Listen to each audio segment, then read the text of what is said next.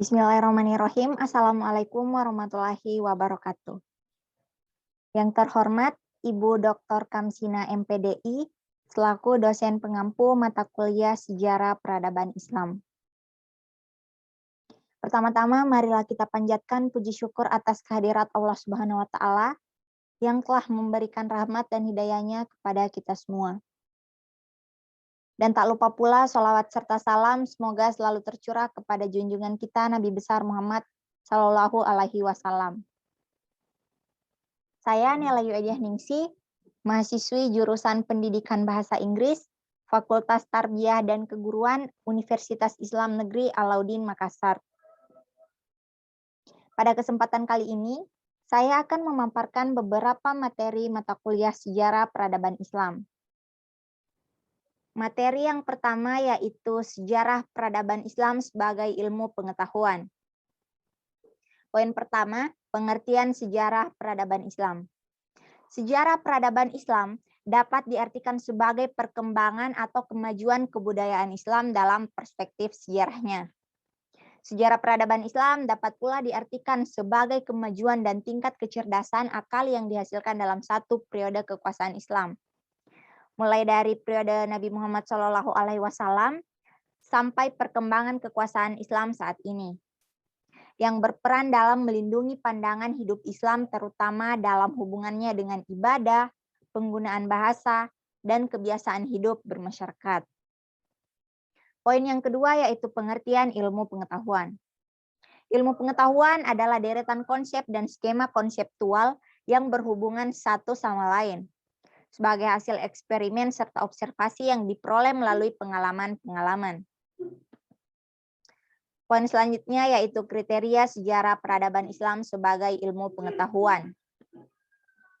Sejarah peradaban Islam dapat dikatakan sebagai ilmu pengetahuan apabila memiliki kriteria-kriteria sebagai berikut, yaitu yang pertama memiliki objek yang jelas, yang kedua memiliki metode tertentu, yang ketiga disusun secara sistematis, yang keempat menggunakan pemikiran yang rasional, yang kelima kebenarannya bersifat objektif, dan yang terakhir memiliki tujuan.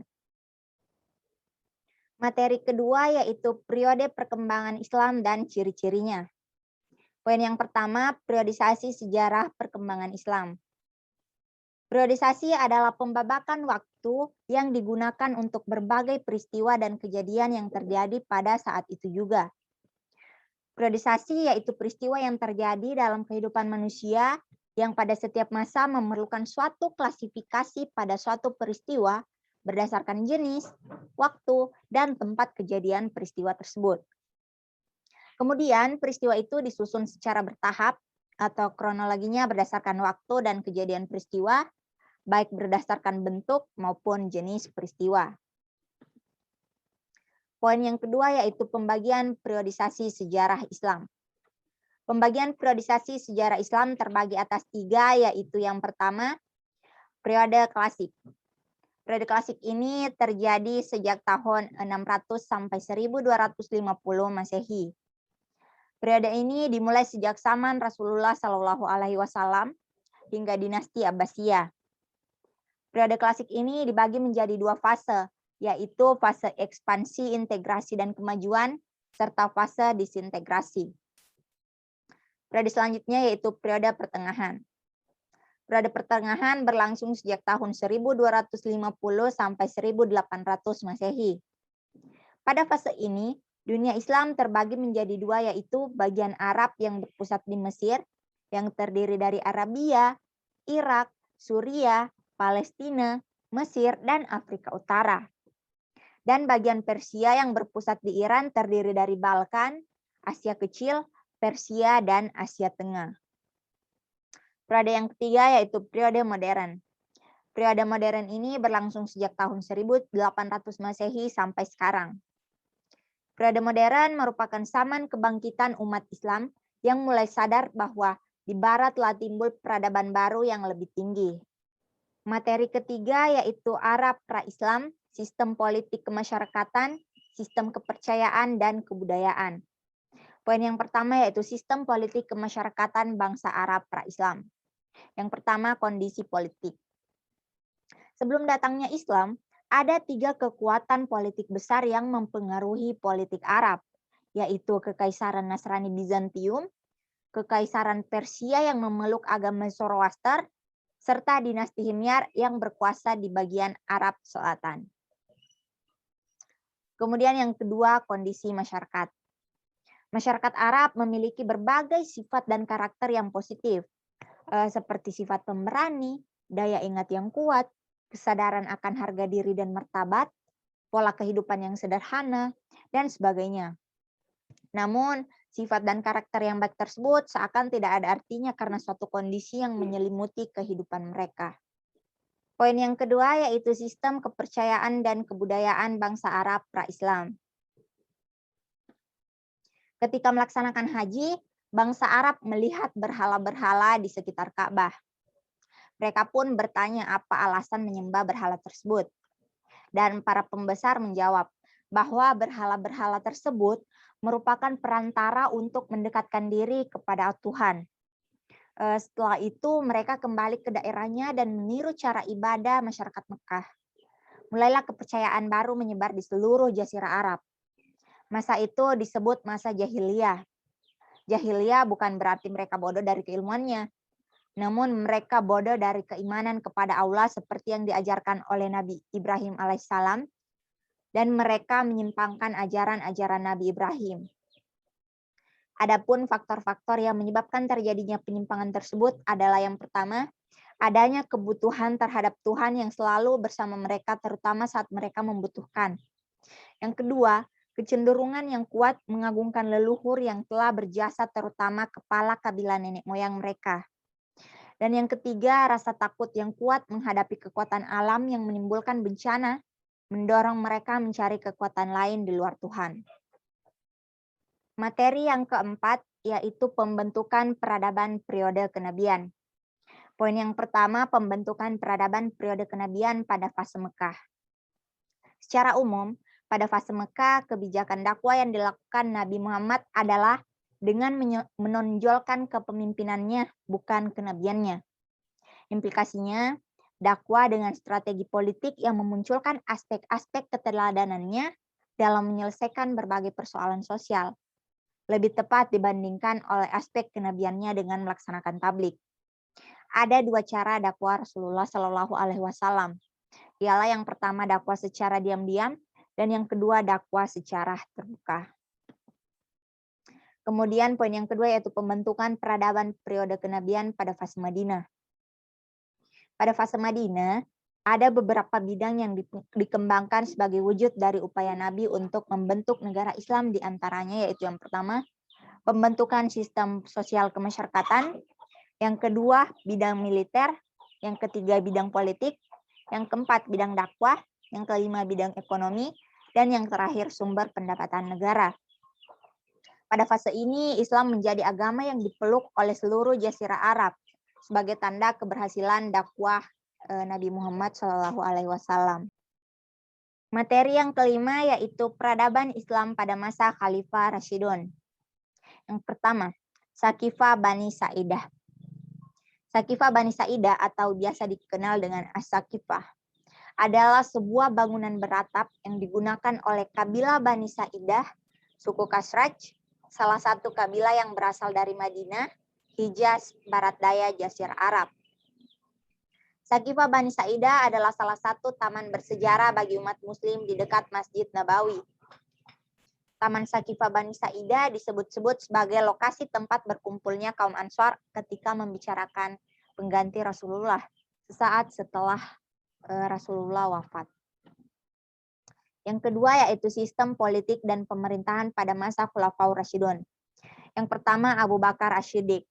Masa pemerintahan Abu Bakar Asy-Syiddiq berlangsung sejak tahun 632 sampai 634 Masehi. Kekuasaan yang dijalankan pada masa Khalifah Abu Bakar bersifat sentral, yakni kekuasaan legislatif, eksekutif, dan yudikatif terpusat di tangan Khalifah. Yang kedua, Umar bin Khattab. Masa pemerintahannya itu sejak tahun 634 sampai 644 Masehi. Khalifah Umar menerapkan prinsip demokratis dalam kekuasaannya. yaitu dengan menjamin hak-hak bagi setiap warga negara. Yang ketiga yaitu Utsman bin Affan. Masa kekuasaannya berlangsung sejak tahun 644 sampai 656 Masehi. Untuk pelaksanaan administrasi pemerintahan di daerah, Khalifah Utsman mempercayakannya kepada seorang gubernur untuk setiap wilayah atau provinsi. Pada masanya kekuasaan wilayah Madinah dibagi menjadi 10 provinsi. Sedangkan kekuasaan legislatif dipegang oleh Dewan Penasihat Syura. Dan yang keempat, Ali bin Abi Thalib. Masa pemerintahannya berlangsung pada tahun 656 sampai 661 Masehi. Ali berhasil memecat sebagian besar gubernur yang korupsi dan mengembalikan kebijaksanaan Umar pada setiap kesempatan yang memungkinkan. Ia pun membenahi dan menyusun arsip-arsip negara. Poin selanjutnya yaitu masa Abu Bakar dan Umar bin Khattab. Yang pertama, ahal al-hal wa al-aqda. Mereka adalah orang-orang yang bersifat yang memiliki kualifikasi untuk bertindak atas nama orang muslim dalam memilih seorang khalifah. Dia dikenal sebagai ahal al-hal wa al-aqda. Yang kedua, sistem politik. Bentuk pemerintahan Abu Bakar adalah monarki yang menggunakan 3 cabang kekuasaan, yaitu eksekutif, legislatif, dan yudikatif. Melalui forum musyawarah sebagai lembaga legislatif, Abu Bakar memutuskan kebijakan pemerintahan. Sementara Umar membentuk departemen dan membagi daerah kekuasaan Islam menjadi 8 provinsi. Setiap provinsi dikepalai oleh wali dan didirikan kantor gubernur. Yang ketiga yaitu militer. Dalam menyusun sistem militer dan pertahanan keamanan pada masa ini, terpengaruh dengan penuntasan masalah pemberontakan, kemurtadan, dan pembangkangan. Untuk kepentingan pertahanan, keamanan, dan ketertiban dalam masyarakat, didirikanlah lembaga kepolisian, korps militer dengan tentara terdaftar. Mereka digaji yang besarnya berbeda-beda sesuai dengan tugasnya. Dia juga mendirikan posko-posko militer di tempat-tempat yang strategis. Yang keempat, ghanimah. Untuk meningkatkan kesejahteraan umum, Abu Bakar membentuk lembaga Bait al-Mal, semacam kas negara atau lembaga keuangan. Sedangkan Umar tidak pernah mengesampingkan kesejahteraan rakyat. Ia sangat memperhatikan bagaimana taraf kehidupan rakyat yang dipimpinnya. Ia memberikan tunjangan kepada rakyat sesuai klasifikasi berdasarkan nasab kepada Nabi Muhammad SAW. Poin selanjutnya yaitu masa Utsman dan Ali. Yang pertama, penetapan Mushaf Utsmani. Dalam menyalin ayat-ayat dari naskah, Abu Bakar harus mengecek dan berpedoman pada hafalan para sahabat. Ayat harus ditulis dengan memakai ejaan tulisan yang seragam. Apabila terjadi perselisihan antara anggota panitia tentang bahasa atau bacaan suatu kata, harus ditulis dengan ejaan tulisan yang sesuai dengan lahjah atau dialek suku Quraisy. Susunan surah hendaklah diatur menurut cara tertentu berdasarkan ijtihad dan pedoman yang didapat dari Rasulullah SAW. Kemudian yang kedua yaitu akar konflik politik dan teologi. Utsman diprotes karena jabatan-jabatan strategis di pemerintahan diberikan kepada keluarganya dari Bani Umayyah.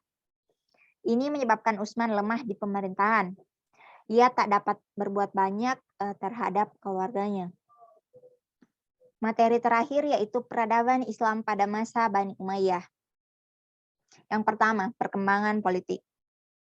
Perseteruan Muawiyah dengan Ali sudah bermula sejak Utsman bin Affan terbunuh. Kala itu, Muawiyah berkedudukan sebagai gubernur di Syam, Damaskus. Sementara Ali sebagai khalifah. Motivasi Muawiyah ialah untuk menuntut atas kematian Khalifah Utsman yang mati terbunuh. Namun berkat kebijaksanaan Hasan bin Ali, maka peperangan tersebut tidak terjadi. Hal ini dilakukan oleh Hasan agar pertumpahan darah yang lebih besar dalam umat Islam bisa dihindari.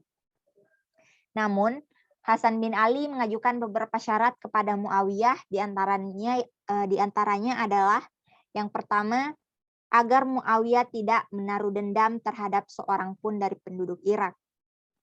Yang kedua, agar pajak tanah negeri Ahwas diberikan kepada Hasan setiap tahunnya. Dan yang ketiga, Muawiyah membayar kepada saudaranya Husain sebanyak 2 juta dirham. Selanjutnya, menjamin keamanan dan memaafkan kesalahan penduduk Irak. Dan pemberian kepada Bani Hashim haruslah lebih banyak daripada Bani Abdusyam. Serta jabatan khalifah sesudah Muawiyah harus diputuskan berdasarkan musyawarah di antara kaum muslimin. Poin yang kedua yaitu perkembangan ekonomi dan administrasi pemerintahan. Adapun faktor yang mempengaruhi kemajuan ekonomi dinasti Umayyah di Andalusia yaitu lembaga-lembaga pemerintahan yang independen, Cordova sebagai pusat bisnis dan ilmu pengetahuan, reformasi agraria dan pembukaan pasar khusus, hubungan harmonis antara penguasa dan ulama, serta kerajinan di Andalusia dan Eropa. Poin selanjutnya yaitu konsolidasi dan pembaruan politik. Kebijakan Umar dalam memperbaiki pejabat pemerintahannya yaitu yang pertama dengan memecat gubernur dan pejabat yang zalim. Kemudian menolak permintaan kenaikan tunjangan para amir. Dan yang ketiga, melarang semua pejabat pemerintahan menerima suap dengan alasan apapun. Poin yang keempat yaitu gerakan oposisi terhadap Bani Umayyah. Pada akhir-akhir masa jatuhnya Bani Umayyah, telah muncul gerakan oposisi terhadap Bani Umayyah ini, sehingga memperkeruh kondisi dinasti Bani Umayyah pada saat itu.